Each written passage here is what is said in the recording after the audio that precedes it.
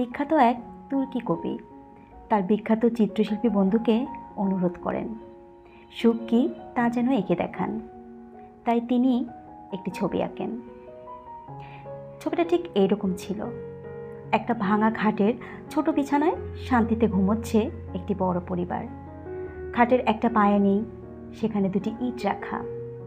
জরাজীর্ণ বাড়ির ছাদের ফুটো থেকে অনবরত পানি পড়ছে। ওখানে তাই ছাতা রাখা। বাড়ির কুকুরটিও বিছানায় শান্তিতে ঘুমায়। কপাটবিহীন জানালায় পাখি বসেছে। মুরগি শিয়ালে নেবার দুর্ভাবনা নেই। ছবিটা দেখার পরে মনে হলো সুখ মানে সমস্যা না থাকা নয়, কষ্টের পরিস্থিতিকে স্বাচ্ছন্দ্যে মেনে নেওয়ার মধ্যেই প্রকৃত সুখ। যা আছে তা নিয়েই খুশি থাকতে হয়, তাহলেই তো শান্তির ঘুমটা ঘুম আসা যায়। আসলে এই ছবিটা এঁকে সেই তুর্কি কবি তার বন্ধুকে এটাই বুঝিয়েছে যে হয়তো বা তুমি ভেবেছিলে সুখ মানে হচ্ছে গিয়ে আমি এমন একটা ছবি আঁকবো যে অনেক বেশি লাক্সারিয়াস লাইফ, ঘর ভরা ফার্নিচার, সবাই খুব আনন্দে উল্লাসের জীবন কাটাচ্ছে, টেবিল ভর্তি খাবার, আলমারি ভর্তি কাপড়, এই টাইপের কিছু। আসলে না, সুখ হচ্ছে আমাদের মনের একটা ব্যাপার। আমাদের যা কিছু আছে, যখন যে অবস্থাতেই আমরা থাকি না কেন, এই বাস্তবতাটাকে মেনে নেওয়াটাই হচ্ছে প্রকৃত সুখ। আমাদের কি নেই সেটা না ভাবাই ভালো। যা আছে তা নিয়ে সময় কাটানো, সেটাকে এনজয় করা, এবং যে ছোট ছোট ছোট ছোট মুহূর্তগুলো আমরা কাটাবো, সেই মুহূর্তগুলোর ভিতর থেকে সুখগুলিকে খুঁজে খুঁজে টেনে টেনে বের করা। আবার অনেক সুখে থাকার পরে যখন হঠাৎ আমাদের জীবনে কোনো সমস্যা আসবে, কোনো দুঃখ কষ্ট আসবে, সেই কষ্টের পরিস্থিতিকে স্বাচ্ছন্দ্যে মেনে নেওয়া, এটাই হচ্ছে প্রকৃত সুখ। ফেসবুকে ঘোরাঘুরি করছিলাম, হঠাৎ এই লেখাটা আমার সামনে আসে। তারপর পড়লাম খুবই মনোযোগের সাথে, এবং সেই শিল্পীর যে আঁকা চিত্রটা আছে সেটাকে খুব মনোযোগ সহকারে দেখলাম এবং হৃদয় দিয়ে অনুধাবন করলাম। বিশ্বাস করেন, এই শিল্পীর আঁকা ছবি দেখে আমার ভিতরে ঠিক একই রকম উপলব্ধি হয়েছে। একটা জরাজীর্ণ ঘর, কারো প্যান্ট ছেঁড়া তো কারো জামা ছেঁড়া, দরজাটা একটু ভাঙা, জানালা নেই বললেই চলে, অনবরত পানি পড়ছে। তারপরও চোখে মুখে কি প্রশান্তির ছাপ। কোনো দুঃখ কষ্ট চিন্তা ভাবনা কিছুই যেন কখনো তাদেরকে স্পর্শই করেনি। যাই হোক, এটা আমার কাছে অনেক বেশি ভালো লেগেছিল, তাই ভাবলাম আপনাদের সাথে একটু শেয়ার করি। আর আমি মনে করি আসলে আমাদেরও এরকম হওয়া উচিত। আল্লাহ তাআলা আমাদেরকে যা দিয়েছেন তা নিয়েই আমাদের খুশি থাকা উচিত। কি নেই সেটা নিয়ে না হয় নাই বা ভাবলাম, তো যতটুকু যা আছে ইচ্ছা করলে আমরাও কিন্তু সেগুলো নিয়েই খুশি থাকতে পারি, সুখে থাকতে পারি, এবং ছোট ছোট যে মুহূর্তগুলো আছে আমাদের জীবনের, সেই মুহূর্তগুলোর ভিতর থেকে টেনে টেনে আমরা সুখকে নিয়ে আসতে পারি, সুখকে বের করে আনতে পারি। এতটুকু ক্ষমতাও আল্লাহ তাআলা আমাদেরকে দিয়ে দিয়েছেন। হ্যালো যারা দেখছেন এবং শুনছেন, আসসালামু আলাইকুম and welcome back to my channel. কেমন আছেন সবাই? আশা করছি আল্লাহ পাকের অশেষ রহমতে সবাই ভালো আছেন, আমরাও ভালো আছি আলহামদুলিল্লাহ। বরাবরের মতো আরও একটা নতুন ব্লগ নিয়ে আপনাদের মাঝে হাজির হয়ে গিয়েছি। যেহেতু সকাল সকাল ভিডিওটি শুরু করেছি, তাই গুড মর্নিং এভরিওয়ান। যাই হোক, এতক্ষণ সব কিছু আপনারা দেখেই নিয়েছেন কি কি করছিলাম। সকালটা শুরুই করেছিলাম গাছে পানি দেওয়ার মাধ্যমে। গাছগুলো একদম মুছে গিয়েছিল, তাই ভাবলাম ওদেরকে একটু গোছল করিয়ে দিই। তারপর দিয়ে দিলাম ওয়াশিং মেশিনে কাপড়, অনেকগুলো পর্দা জমেছিল, পর্দাগুলো সব ধোয়ার জন্য দিলাম। তারপর চলে আসলাম সোজা ব্রেকফাস্ট বানানোর জন্য। সাধারণ কথাটার সাথে নিশ্চয়ই আমরা সবাই অনেক বেশি পরিচিত।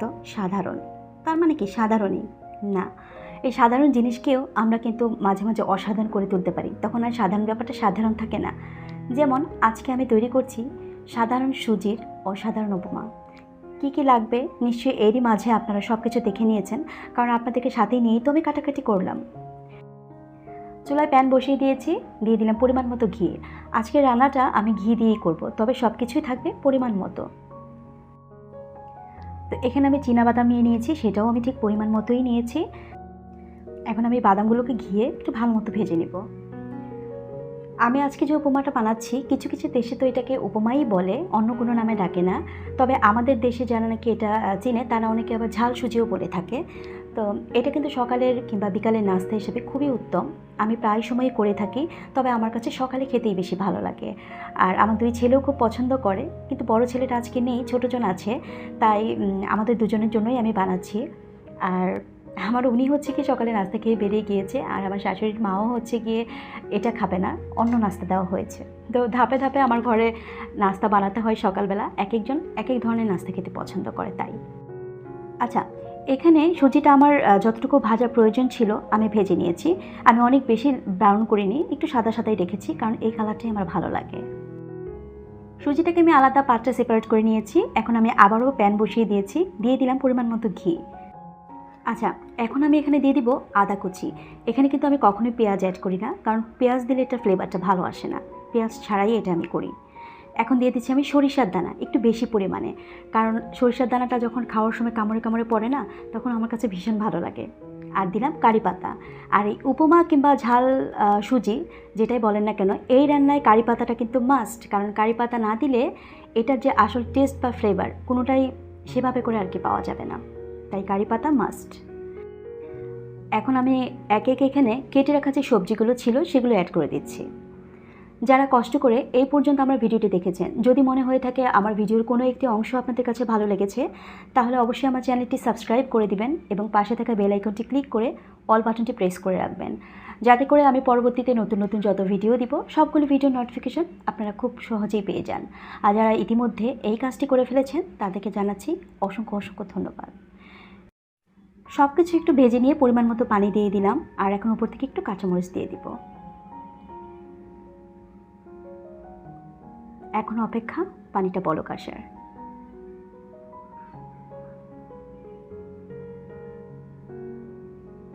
তো বলক তো চলেই এসেছে, আর এখন আমার যে বাকি কাজ সেটা করব।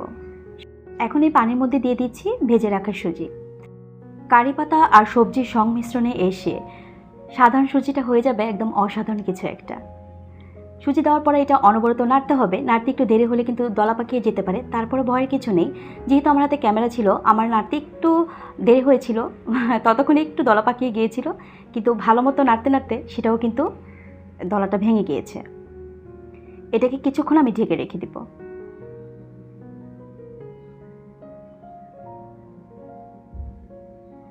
তো 2-4 মিনিট রাখার পরেই কিন্তু সুজিটা আরেকটু শুকিয়ে তার আসল যে রূপটা সেখানে চলে এসেছে। দিয়ে দিলাম আমি ঘিয়ে ভেজে রাখা বাদাম। চাইলে এখানে আরও অনেক রকমের বাদামও দেওয়া যেতে পারে, বাট আমি শুধু চীনা বাদামটাই দিই। আবারও একটু ঘি দিয়ে দিয়েছি। তো এটা আমি একটু নরম নরমই খাই এখন, কারণ এটা যদি আমি অনেক বেশি ঝরঝরে করি, ইদানিং আমি খেয়াল করেছি যে অনেক শক্ত আর ঝরঝরে জিনিসটা আমার হজমের সমস্যা হচ্ছে, ডাইজেস্ট ঠিকমতো হতে চাচ্ছে না। তাই নরম নরম খেতেই ভালো লাগে, আর ওইটা দেখি যে হজমও হয়ে যায় খুব তাড়াতাড়ি। তো যাই হোক, এটাকে আমি একটু নরম নরম রেখেছি। তবে সুজি বলে কথা, সুজি কিন্তু এই পর্যায়ে থাকলেও যখন একদম ঠান্ডা হয়ে যায় সেই ঝরঝরেই হয়ে যায়। তো আজকেরটা আমি একটু নরম নরম করেছি, এবং আমি যেভাবে খেয়েছি এবং যা করেছি সেই পুরোটাই আপনাদের সাথে শেয়ার করেছি। আলাদা কোনো রেসিপি আমি কিন্তু ইউটিউবে দেওয়ার জন্য বানাইনি, আমি নাস্তার জন্য বানাচ্ছিলাম, ভাবলাম আপনাদের সাথে শেয়ার করে দিই। তো এনিওয়েজ, আমার তো রান্না হয়ে গিয়েছে এবং এটা আমি সার্ভ করে নিয়েছি। ভালো খাবার তৈরির পাশাপাশি যেখানে বসে আমরা খাবারটা খাবো সেই জায়গাটাকে যদি একটা ভিন্ন লুক দেওয়া যায়, তাহলে সেটা যেমন চোখের শান্তি তেমনি মনেরও প্রশান্তি। এখন তাহার আগমন, মানে আমার ভিডিওর লিড রোল, সাধারণ সুজির অসাধারণ উপমা। আমাদের ক্যান্ডেল ব্রেকফাস্ট টেবিল একদম রেডি। পুরো টেবিলের একটা লুক শুধুমাত্র আপনাদের জন্য।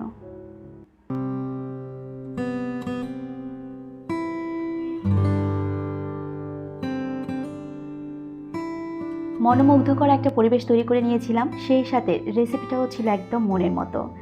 আমার ছেলে তো খুবই এনজয় করেছিল এবং খুব বেশি খুশি হয়েছিল। হ্যাঁ, আমি প্রায় সময়ই এরকম ছোট ছোট বিষয়গুলো খুব আনন্দ উচ্ছ্বাসের সাথে করে থাকি, কারণ কাল কী হবে জানা নেই। তাই জীবনের ছোট ছোট মুহূর্তগুলো থেকে নিজেদেরকেই খুঁজে বের করে নিতে হবে আনন্দ। এই কথাটা আমি যেমন বিশ্বাস করি সেরকম মানিও।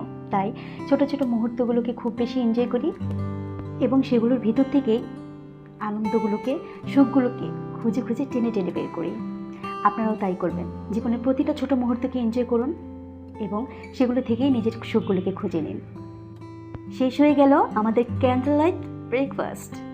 আজ তাহলে এখানেই বিদায় নিচ্ছি। ফিরে আসবো আবার কোনো একদিনের নতুন আরও একটি ব্লগ নিয়ে। সেই পর্যন্ত আপনাদের সবার সঙ্গ আমার কাম্য। আল্লাহ হাফেজ।